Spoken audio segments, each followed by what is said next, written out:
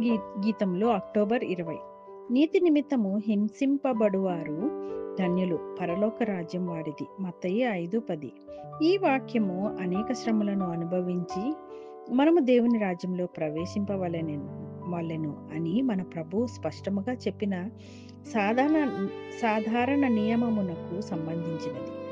శ్రమల ఉపద్రవములు, శ్రమలయందు దైవిక శక్తి మనకు కవచముగా ఉండి రక్షించలేకపోవట వలన మన ప్రభు మన సంక్షేమమందు ఆసక్తి కలిగి ఉండకపోవట వలన శ్రమలను అనుభవించాలని అర్థము కాదు.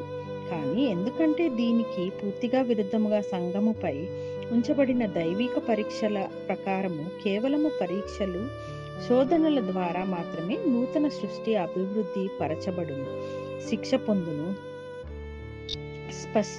పొందును అని స్పష్టీకరించబడును. దీని ద్వారానే ప్రభువునకు విధేయత, భక్తి కలిగి ఉండుట చేత మాంసంలోని తమ విశ్వాస గృహ సభ్యుల పట్ల దీర్ఘశాంతము కలిగి ఓర్చుకొనును. ఈ పరీక్షలు విశ్వాసము, విధేయత, ఓర్పు, ప్రేమ మొదలగు విషయములలో వచ్చును. అయితే జయించు వారికి మాత్రమే బహుమానము వాగ్దానము చేయబడి ఉన్నది. అయితే మనకు అవసరమైనప్పుడు సహాయం చేయుటకు కృప వాగ్దానము చేయబడి ఉన్నది. దేవునికి కృతజ్ఞతలు.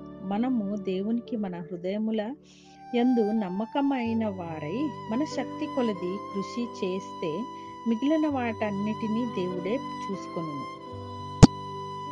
Reprint number 4326. అందరికీ స్వాగతం. ఈరోజు మన డీప్ డైవ్లో మనం మత్తయి 5.10 మీద దృష్టి పెడుతున్నాం. ఆహా, నీతి నిమిత్తము హింసింపబడువారు ధన్యులు, పరలోక రాజ్యము వారిది. ఇది రీప్రింట్ 4326గా గుర్తించబడిన ఒక పాత వ్యాఖ్యానం. మన లక్ష్యమేంటంటే అసలు నీతిమంతులు ఎందుకు హింసించబడతారు అని ఈ వ్యాఖ్యానం ఎలా వివరిస్తోంది. దానికి పరలోక రాజ్యానికి ఉన్న సంబంధమేమిటి? ఇది లోతుగా చూద్దాం. అవును, ఇందులో వెంటనే ఒక విషయం ఆసక్తికరంగా అనిపిస్తుంది కదా. అవును, అదే. ఈ వ్యాఖ్యానం ప్రకారం ఈ నీతి నిమిత్తం హింస అనేది ఏదో శిక్ష కాదంటున్నారు. శిక్ష కాదు, బదులుగా గొప్ప శ్రమల ద్వారానే మీరు రాజ్యములో ప్రవేశింతురు అనే సూత్రముంది కదా, దానికి అనుగుణంగా ఇది ఒక మార్గమని చూపిస్తున్నారు. సరిగ్గా చెప్పారు. సాధారణంగా మనం శ్రమలంటే ఏదో నెగటివ్గా చూస్తాం, కాని ఇక్కడ వేరే కోణముంది. అవును, కొంచెం అనూహ్యంగా అనిపిస్తోంది. దీని కొంచెం విడమర్చి మాట్లాడుకుందాం. తప్పకుండా. ఇక్కడ ఆసక్తికరమైన విషయమేంటంటే ఈ పత్రం ప్రకారం ఈ శ్రమలు దేవుడు మనల్ని కాపాడలేకపోవడం వల్ల కాదు, లేదా అంటే ఆయనకు మనమీద శ్రద్ధ లేకపోవడం వల్ల కూడా కాదు అని చాలా స్పష్టంగా చెబుతోంది. నిజమే, కష్టాలు వచ్చినప్పుడు అలాంటి ఆలోచనలు రావడం సహజం కదా. కాని ఇది వేరేలా చెప్తోంది. అవును, నిజానికి దానికి పూర్తిగా వ్యతిరేకం అని ఈ రచయిత వాదిస్తున్నాడు. అంటే ఈ దైవిక పరీక్షల ద్వారానే నూతన స్వభావం అంటాంగదా. నూతన స్వభావం అంటే ఒక కొత్త ఆధ్యాత్మిక వ్యక్తిత్వం, అది అభివృద్ధి చెంది, శిక్షణ పొంది, ఇంకా బలపడుతోంది అని ఈ వ్యాఖ్యానం అంటోంది. స్ఫటికీకరించబడుతుందని కూడా వాడారు. అవును, ప్రభూ పట్ల విశ్వాసపాత్రంగా ఉండటం ద్వారానే ఇది సాధ్యమని కూడా సూచిస్తున్నారు.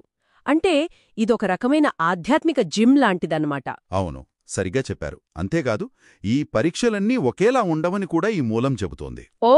విశ్వాసం, విధేయత, సహనం, ప్రేమ ఇలా జీవితంలో ముఖ్యమైన విషయాల్లో పరీక్షలు వస్తాయని వివరిస్తోంది. అంటే మన స్వభావంలోనే వేరువేరు కోణాలను సానపెట్టడానికి ఇవి ఉపయోగపడతాయన్నమాట.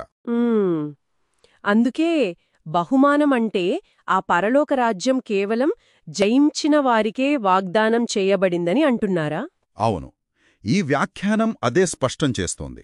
జయించిన వారికే. ఆ మాట కొంచెం బరువుగా అనిపిస్తుంది.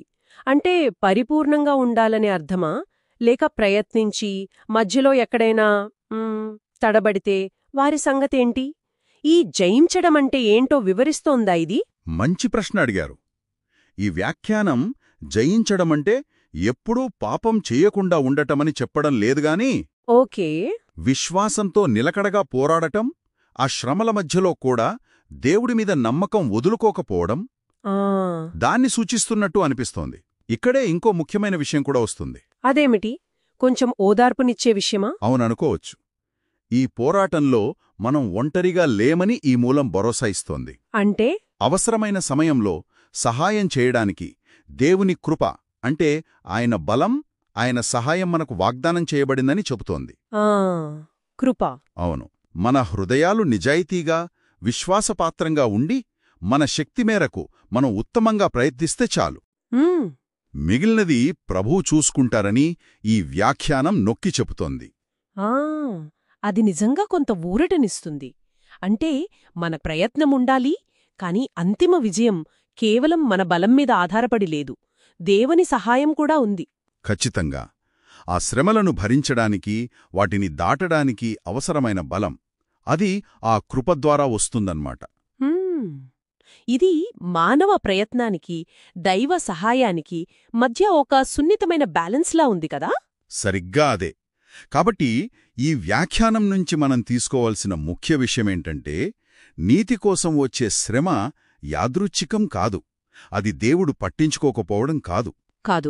విశ్వాసుల ఆధ్యాత్మిక ఎదుగుదలకు, వాళ్లని క్రీస్తులా మార్చడానికి అది ఒక ఉద్దేశపూర్వకమైన ప్రక్రియ అని ఈ పత్రం చూపిస్తోంది. అంటే ఒక పాజిటివ్ యాంగిల్ ఇస్తోంది. అవును. దీనికి మన వైపు నుంచి విశ్వాసం, పట్టుదల అవసరం. కాని అదే సమయంలో మనం దేవుని కృపమీద ఆధారపడవచ్చు. చాలా స్పష్టంగా ఉంది. సరే, ఈ లోతైన విశ్లేషణ ముగింపుకొస్తున్నాం. ఈ వ్యాఖ్యానం ఆధారంగా ఒక ఆలోచనతో ముగిద్దాం. చెప్పండి. జయించిన వారికే బహుమానం అని, అదే సమయంలో మన శక్తి మేరకు ఉత్తమంగా చేసేవారికి కృప అందుబాటులో ఉంటుందని ఈ వ్యాఖ్యానం చెబుతోంది కదా. అవును. మరి శ్రమలను ఎదుర్కోవడంలో, వాటిని జయించడంలో మన బాధ్యతకు, అంటే ఆ ఉత్తమంగా ప్రయత్నించడానికి మరియు దేవుని కృపా పాత్రకు మధ్య ఉన్న సంబంధం నిజంగా ఎలాంటిది? ఒకటి లేకుండా ఇంకొకటి సాధ్యమేనా? ఇది ఆలోచించాల్సిన విషయం.